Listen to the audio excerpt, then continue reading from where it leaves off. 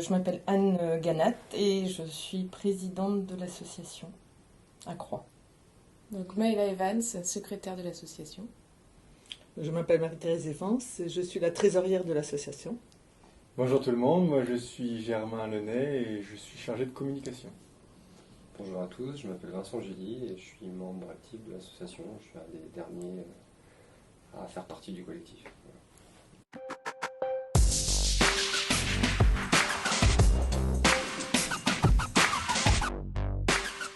Alors, l'activité d'Accroix, c'est pas une activité, c'est plusieurs. Donc, l'association a pour but donc, de créer un collectif. Donc, ce collectif-là va prendre en charge un lieu de vie.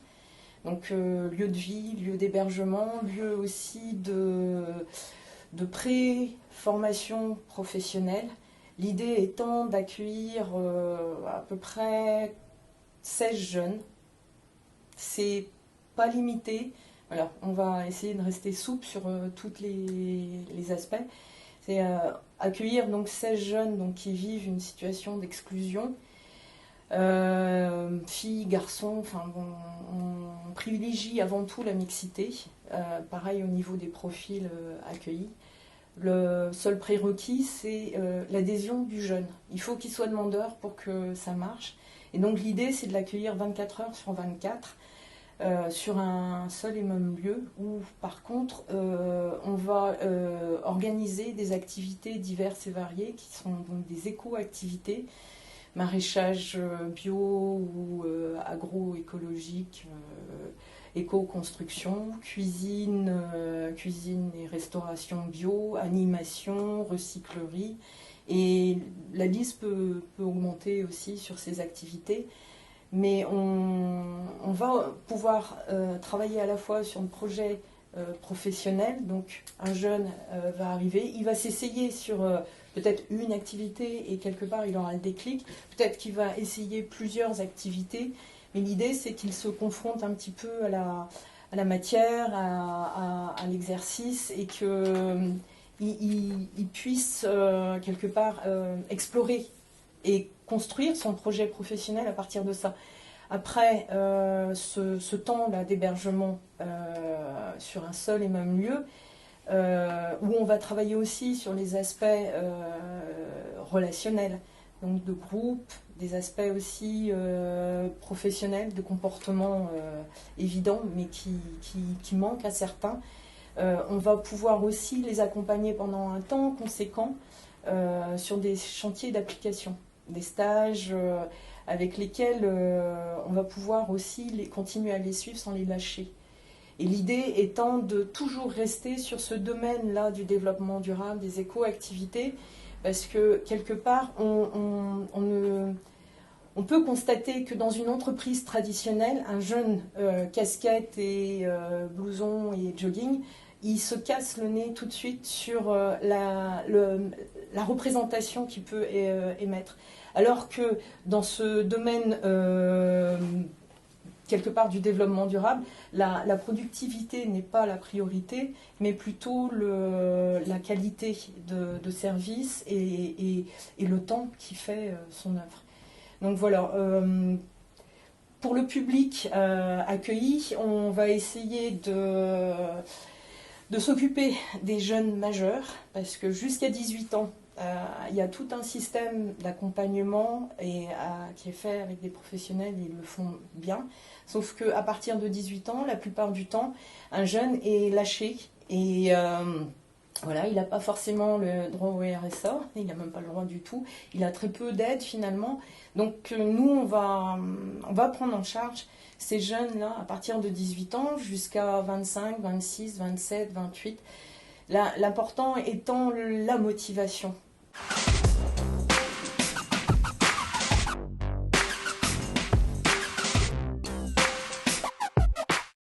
Alors le projet, c'est venu d'une idée générale, donc, et d'un constat à exercer un petit peu dans l'accompagnement de l'insertion. Un petit peu. J'étais formatrice avant. J'ai pu constater que le gros problème des jeunes n'était pas un problème forcément de motivation. Ils ont envie quelque part de se mettre en œuvre. Ils ont envie d'améliorer leurs conditions d'existence. Sauf que c'est sur la durée de la construction du projet, sur la persévérance à mettre en place certaines actions qu'ils chutent la plupart du temps. Ce que je pouvais constater, c'est que pendant 8 heures à travailler avec eux sur un projet, ils étaient motivés, sauf que dès qu'ils rentraient chez eux, voilà, ils perdaient le fil quelque part, tout était à reconstruire. D'où l'idée de ce lieu de vie, d'hébergement et tout ça.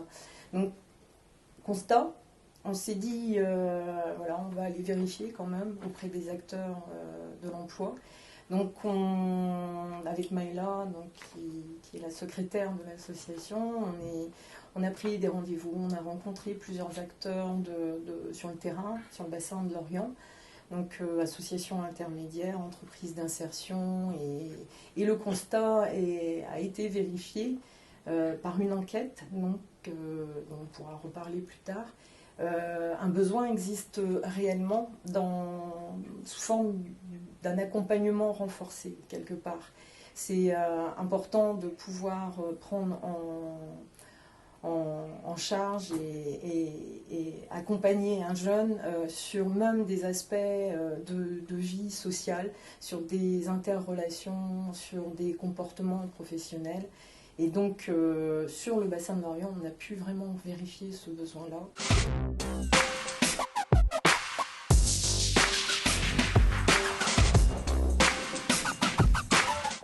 Pour l'instant, on va continuer donc à faire notre travail d'enquête. Donc enquête auprès des acteurs sociaux, parce que ça va être aussi une source de partenariat pour nous. Enquête aussi auprès des jeunes qui restent à étoffer, parce que leurs témoignages et leurs besoins, leurs attentes sont importantes pour nous, et nous permettent aussi quelque part de valider le projet. Sinon, là, on est en train aussi de monter en compétence au niveau des membres de l'association, parce qu'une grande partie commence à se former, donc en comptabilité, financement et subventions, communication, organisation de manifestations durables. Et donc, je peux me permettre de faire un petit remerciement, puisque pour ces formations-là, nous sommes accompagnés avec la Ligue de l'enseignement pour justement monter en compétences. Sinon, par ailleurs, on organise aussi quelques manifestations, quelques animations où afin de récolter des fonds, parce que on veut avoir aussi des fonds en propre. On a décidé depuis le départ de l'association de fonctionner non pas sur des postes de trésorier, secrétaire. Voilà, on a décidé de fonctionner par pôle. Donc tous les adhérents peuvent s'inscrire sur un ou plusieurs pôles. Donc on a des pôles communication, secrétariat, développement de structure, pôle trésorerie. Et donc les réunions s'enchaînent et on se retrouve très régulièrement à travailler tous en commun sur les axes qu'on a développés pour le projet. Là maintenant, pour qu'on puisse avancer, il nous faut absolument un lieu donc, qui puisse nous servir de base. Et commencer réellement le projet, l'accueil, l'hébergement et tout ça. Et donc il nous faut aussi quelque part la validation des décideurs institutionnels qui permettront de déclencher toute une chaîne de financement.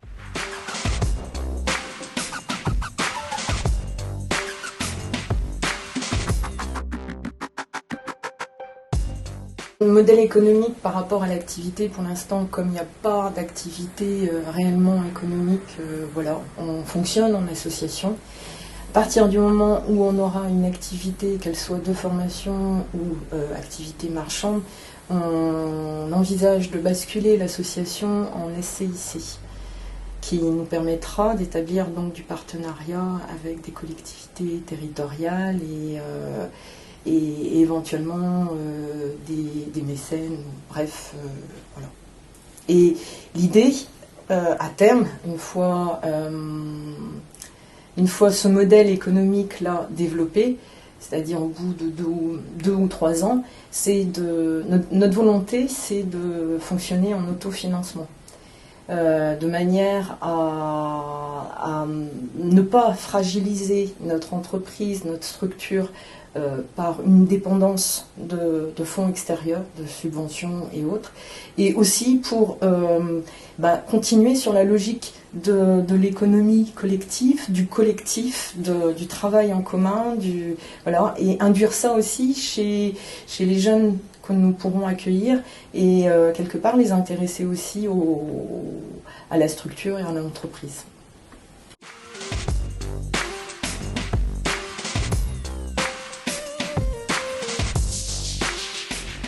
Pourquoi un statut coopératif? Parce que quelque part, ça fait partie des valeurs d'Accroix que de travailler donc sur le social, le solidaire, l'humain, non pas sur la rentabilité ou la productivité.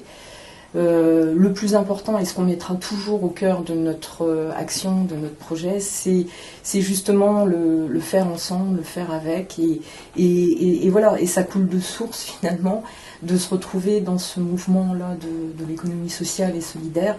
On a le social, on a le solidaire. Bon, on va aller chercher l'économie, mais donc voilà. Et puis parce que c'est dans l'air du temps. Si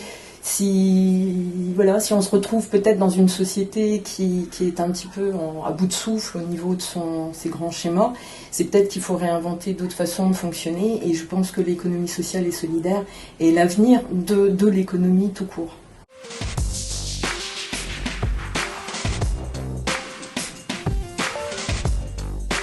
Freins et difficultés, déjà parce que l'association est toute jeune. Voilà, elle a démarré en janvier 2014. Donc quelque part, on a encore nos preuves à faire entre guillemets. Dès qu'on a affaire à quelqu'un, il n'y a pas de recul technique sur nos actions, sur ce qu'on peut être capable de mettre en place. Donc voilà, un premier frein. Deuxième frein, on se situe dans le domaine de l'innovation sociale. Donc ça veut dire prise de risque puisque tout est à créer. Il n'y a pas de structure du type d'Accroix qui existe à l'heure actuelle. Si, il y en a quelques-unes, mais elles ne sont pas dans le coin. Donc là aussi c'est pareil, il faut persuader de la validité, de l'utilité, de la faisabilité du projet en termes de réponse novatrice à une problématique à laquelle on ne répond pas pour l'instant.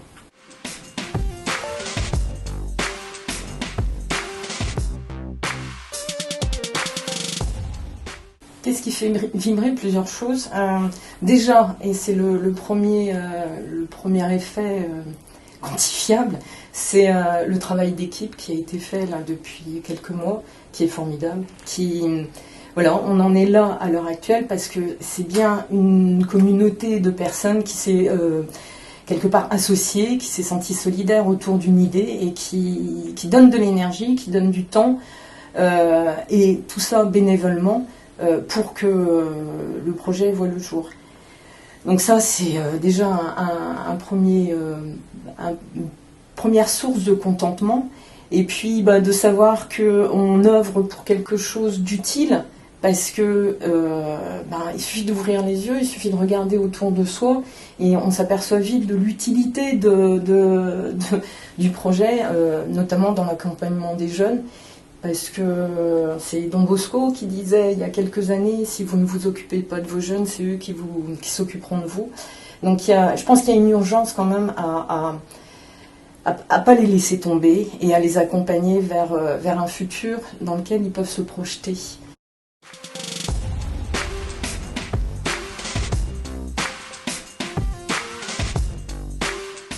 Croire en ce en quoi on rêve, essayer de combattre ses peurs et les laisser de côté. Certes, elles sont nécessaires pour douter et puis voilà, mais il faut persévérer. Et si ça va pas dans un sens, s'il y a une impasse à un moment donné, il faut pas hésiter à reprendre une autre voie, mais il faut continuer quoi, parce que on a besoin d'initiatives originales, alternatives à l'heure actuelle. On a besoin de créer tout un champ de nouveautés tout un champ de possibles, et donc il faut y croire, il faut continuer à persévérer. Après, quant au domaine de compétences sur la maîtrise juridique et maîtrise financière, c'est vrai que là, quelque part, on peut se retrouver coincé par rapport à ça. Après, il existe aussi des compétences dans des collectifs ou des associations qui sont là aussi pour soutenir les porteurs de projets. Donc, faut pas hésiter à se renseigner et puis à en parler et puis à se montrer aussi. Voilà, c'est aller chercher les compétences, elles existent, et il faut savoir aussi reconnaître qu'on est en limite de compétences soi-même pour aller les chercher par ailleurs. Oui, donc on tient à remercier toutes les personnes qui font partie du collectif, qui ont créé, qui ont permis de créer, et ceux qui vont aussi continuer à faire partie de l'aventure. Notamment aussi tous les autres partenaires associatifs, comme celui du Père Jaouen. On tient aussi à remercier la mairie de Bernay, donc Monsieur Le Fur, qui est le maire de cette commune, qui serait susceptible de nous accueillir. Voilà, je laisse la parole à Germain. On voudrait également remercier la Ligue de l'enseignement qui nous a apporté beaucoup de choses. Monsieur Le Drian, ministre de la Défense actuel. Et on voudrait également vous remercier, vous, C2Sol, donc l'association, pour nous avoir accueillis, pour nous avoir aidés dans tout ce chemin. Et, mine de rien, j'aimerais beaucoup remercier Anne Ganat qui nous a amenés sur ce chemin. Donc voilà, merci beaucoup. Merci à vous.